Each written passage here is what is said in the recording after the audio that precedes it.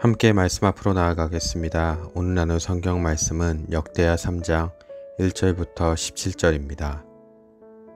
솔로몬이 예루살렘 모리아 산에 여호와의 전 건축하기를 시작하니 그곳은 전에 여호와께서 그의 아버지 다윗에게 나타나신 곳이요 여부스 사람 오르난의 타작마당에 다윗이 정한 곳이라.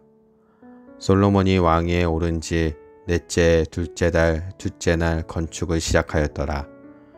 솔로몬이 하나님의 전을 위하여 놓은 지대는 이러하니 옛날에 쓰던 자로 길이가 60규빗이요 너비가 20규빗이며 그 성전 앞에 있는 낭실의 길이가 성전의 너비와 같이 20규빗이요 높이가 120규빗이니 안에는 순금으로 입혔으며 그 대전 천장은 잣나무로 만들고 또 순금으로 입히고 그 위에 종려나무와 사슬 형상을 새겼고 또 보석으로 성전을 꾸며 화려하게 하였으니 그 금은 바르와임 금이며 또 금으로 성전과 그 들보와 문지방과 벽과 문짝에 입히고 벽에 그룹들을 아로 새겼더라.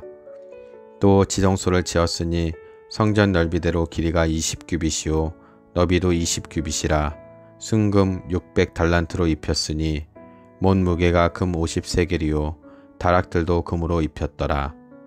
지성소 안에 두 그룹이 형상을 새겨 만들어 금으로 입혔으니 두 그룹의 날개 길이가 모두 20규빗이라 왼쪽 그룹의 한 날개는 5규빗이니 성전벽에 닿았고 그 다른 날개도 5규빗이니 오른쪽 그룹의 날개에 닿았으며 오른쪽 그룹의 한 날개도 5규빗이니 성전 벽에 닿았고 그 다른 날개도 5규빗이니 왼쪽 그룹의 날개에 닿았으며 이 두 그룹이 편 날개가 모두 20규빗이라 그 얼굴을 내전으로 향하여 서 있으며 청색, 자색, 홍색 실과 고운 배로 휘장문을 짓고 그 위에 그룹의 형상을 수놓았더라.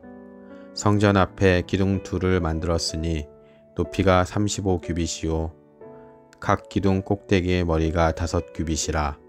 성전같이 사슬을 만들어 그 기둥 머리에 두르고 석류 100개를 만들어 사슬을 달았으며 그 두 기둥을 성전 앞에 세웠으니 왼쪽에 하나요 오른쪽에 하나라. 오른쪽 것은 야긴이라 부르고 왼쪽 것은 보아스라 불렀더라. 아멘. 성전 건축이 시작된 곳은 예루살렘의 모리아 산이었습니다. 본문은 이곳이 하나님께서 다윗에게 나타나셨던 오르난의 타작마당이라고 설명하고 있습니다. 이곳은 하나님께서 다윗을 만나신 곳이었고 다윗의 죄를 용서하심으로 화해를 선포하신 곳이었으며 다윗이 값을 치르고 하나님을 위해 제사를 드리고 터를 마련한 곳이었습니다. 따라서 이곳은 예배와 임재의 장소, 회개와 제사함의 장소, 순종과 헌신의 장소였습니다. 모리아산이 일찍이 아브라함이 순종함으로 아들 이삭을 바치려 했던 곳임을 기억하는 것도 왜 이곳이 성전 건축의 장소가 되어야 하는지를 이해하는 데 도움이 됩니다. 모리아산은 믿음의 순종이 이루어졌던 장소였습니다. 따라서 성전 위에 세워진 장소는 우리가 성전을 통해 이루어야 할 일들에 대한 분명한 메시지를 주고 있습니다. 성전은 하나님의 임재를 경험하는 곳입니다. 신령과 진정으로 예배드리는 곳입니다. 날마다 회개가 넘쳐나고 또한 하나님의 말씀에 대한 순종과 헌신에 결단되어지는 곳입니다. 그리고 사도 바울은 우리가 하나님의 성전이라 말하였습니다. 물론 사도 바울은 고린도전서에서 우리의 몸이 성전이라 말하였지만 히브리 문화에서는 몸과 영은 분리된 것이 아닌 하나로 연합된 것으로 여기기에 말하자면 우리의 영혼과 우리의 삶 모두는 하나님의 성전이 되어야 할 것입니다. 우리 모두에게 날마다 하나님의 임재의 경험이 있기를 바랍니다. 신령과 진정으로 예배드리는 삶이 되길 바랍니다. 날마다 바르시는 회개가 있길 바랍니다. 그리고 하나님 말씀에 대한 순종과 결단이 있는 삶이 되기를 바랍니다. 성전에 세워진 두 기둥의 이름은 야긴과 보아스였습니다. 이 기둥들은 성전 현관 우편과 좌편에 각각 위치하고 있습니다. 야긴은 그가 세우신다. 보아스는 그에게 능력이 있다라는 의미입니다. 이 기둥의 이름을 통해 이 두 기둥을 성전 앞에 세운 것은 성전이 하나님의 능력으로 견고하게 설립되었음에 대한 상징이었음을 알 수 있습니다. 모든 자재와 전문 인력을 확보하고 규격에 따라 작업하고 최고의 재료로 인테리어를 하면서도 하나님의 주권과 능력을 잊지 않고 있다는 사실을 우리는 주목해야 할 것입니다. 오늘 우리들의 삶은 어떠한가요? 오늘 우리들에게 주어진 것들에 대해 우리는 때론 우리의 노력의 결과로만 생각할 수 있습니다. 하지만 우리가 잊지 말아야 할 것은 우리의 모든 것들은 하나님께서 세우시고 하나님의 능력으로 이루어지는 것이라는 사실입니다.